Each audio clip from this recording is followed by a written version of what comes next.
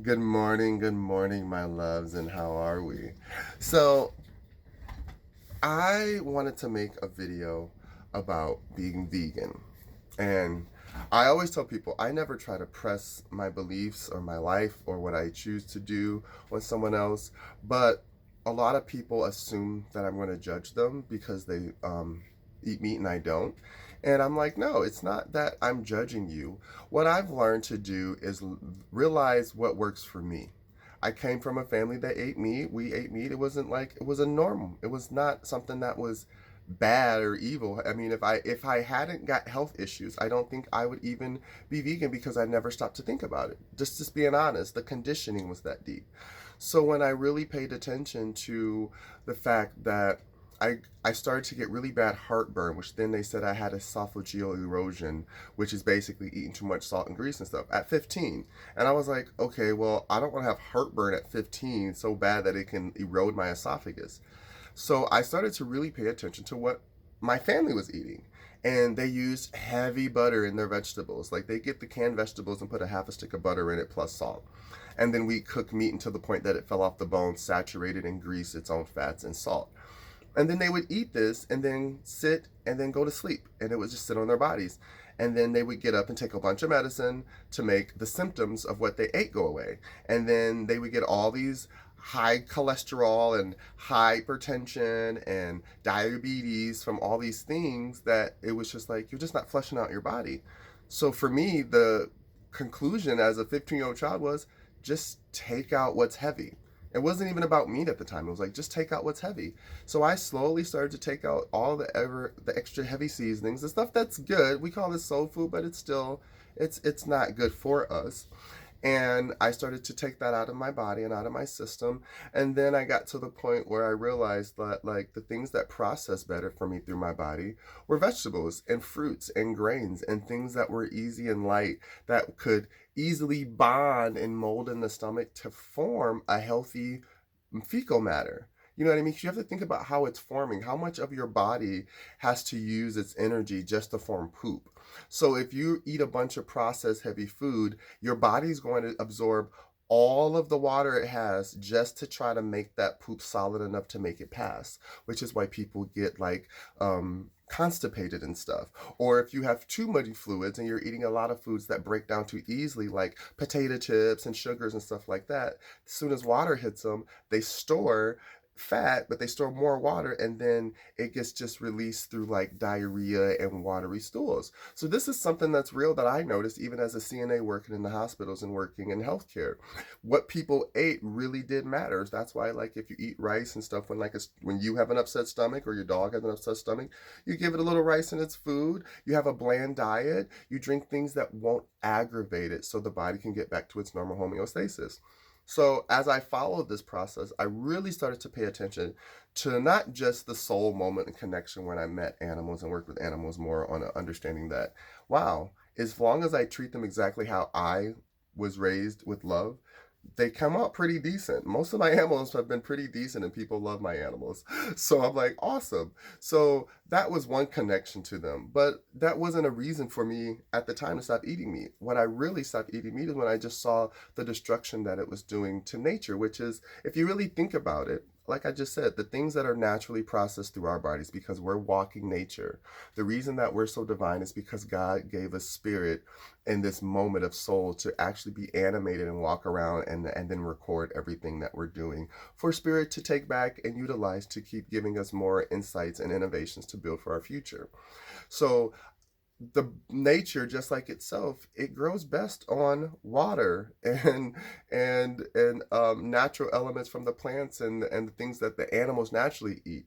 Even again, when we always see animals, hunters eating meat, there are natural meat eaters, but they're still, that's their species. So each species has its own reason for why it needs to do it. We're not leopards living in the middle of the woods running around trying to retain our energy while our body keeps the balance of homeostasis between the temperature inside and outside.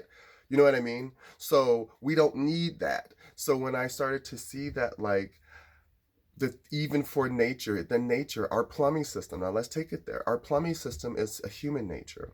So our plumbing system, our healthcare system, it can't digest the fats. It can't digest the sugar. The pipes can't handle all the toilet paper from all the digested fats and digested sugars. I mean, I'm being real. Like, if we're using this much toilet paper, that was just a forecast into people's mind. Like, man, I'm gonna be at home eating a lot, so I'll be shitting a lot. That was a real moment in somebody's mind, and then everybody followed it and went out and bought a bunch of toilet paper. When really your natural way to clean yourself is just to use some water. Like, you can wipe, but just one or two patches, and then use some water. Wash your hands. That's it. It's your body. People are afraid of their own bodies. Like, poop. And then you go and put somebody else's body parts all up in your mouth. Whichever body part you want to imagine. But I've seen some nasty people get freaked out by their own body secretions and then go put somebody else's whole body parts in their mouth, not knowing if they're clean or not. That's nasty. So when you want to play that whole duality game, I always got something to bring back. So the point is this is not a demonization on eating meat. It's a reality of what it says, that we are creating factories and creating systems to produce more of what we know we can't handle as an ecosystem. We can't handle the burn off. We can't handle the smog. We can't handle the water system being poisoned by decaying bodies and pesticides inside the bodies that are going back into our water system. Like, it doesn't matter how big and pretty the building is. Every building has a place where all of its sewage goes, which means everyone shits, which means everyone is the same, which means where is it going back to? Back into our water, back into our system, back into the environment. Because remember, when water evaporates, when it's a foggy day, think about it. When it's a foggy day, those are everybody's poop particles, because it's evaporating back into the atmosphere. However, it was purified at one point, if we're being honest. All of the water system goes back into the sewage goes back into the water system, back into the earth processes it, does this natural filtration, and then the other water that's clean enough evaporates back into the atmosphere and then rains back on us. That's why people are getting sick. That's why people can't breathe. I'm being honest. This is the stuff you have to stop and think about. We're a living organism. So we have to start really being mindful of what that means. If your body naturally can't process a lot of salt, sugar, and fat, why would the earth that takes back your feces and urine be able to process it? If your body can't handle all the pills and stuff you're taking, why would the water and stuff that you secrete it back out to not be able to handle it, take it? This is the stuff we're pumping back into our systems. So it really is a very simple conclusion of start back in the basics of the pathology of why you eat what you eat. If you love your meat and you love certain things, eat it. That, at the end of the day, we see what happens to the body when you keep eating things in a way that are unhealthy. I'm not saying get rid of it for the people who are still used to it and sustain on it. There are people who need meat. I understand that. Who people have different deficiencies and iron stuff. There are people who actually need meat. So I'm not discarding eating it. I'm saying how we produce it, how we use it, and how we think we deserve to eat it. And then the way we sacrifice life just to justify it.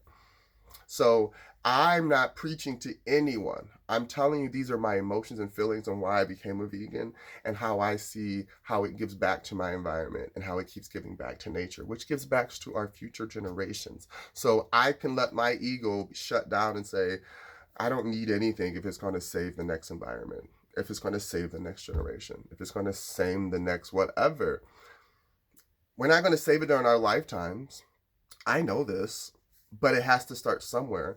Just how the water got dirty, we know, just like cleaning out a fish tank, we can put a fresh, clean filter in there. All we got to do is rinse off all the gunk and all the grossness, make it clean again, and put a fresh new filter in there. And then the water can do what it naturally does. And we're going to keep pooping on the system and pooping, and it's going to get dirty and gross, and things are going to get convoluted, and people are going to have their opinions based on how they were raised, based on what they believe, based on how they were emotionally treated. But the point is that it's going to come back. It's full circle. As above, so below.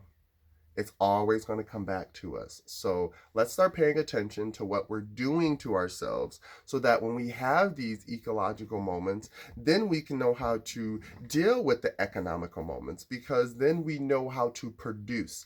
It's not about running out of food. Food production is not the issue. It's we're not producing food that's viable for us to live off of. We're producing food that needs to be sourced from other places or sourced through chemicals to create something to digest for what? Preservation of shelf life, so that the next stockholder has more money when someone keeps buying something that was not being sold for 5 years ago. There's still products being bought that aren't being sold anymore, but because there's inventory, they're still making profit off of it. You have to think about that.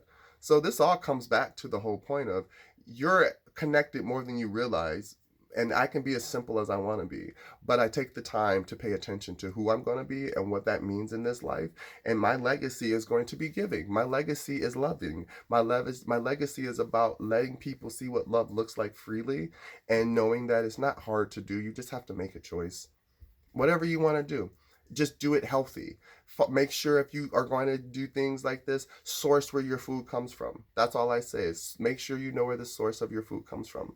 Because if you are just buying whatever, then you're helping prop people who don't care about you make profit and continue to be something in this world that we're fighting against, and we don't have to fight each other anymore. Okay, I love you guys. I hope this message resonated with you well. If it didn't, oh to hell well. I love you. Have a great day. Bye.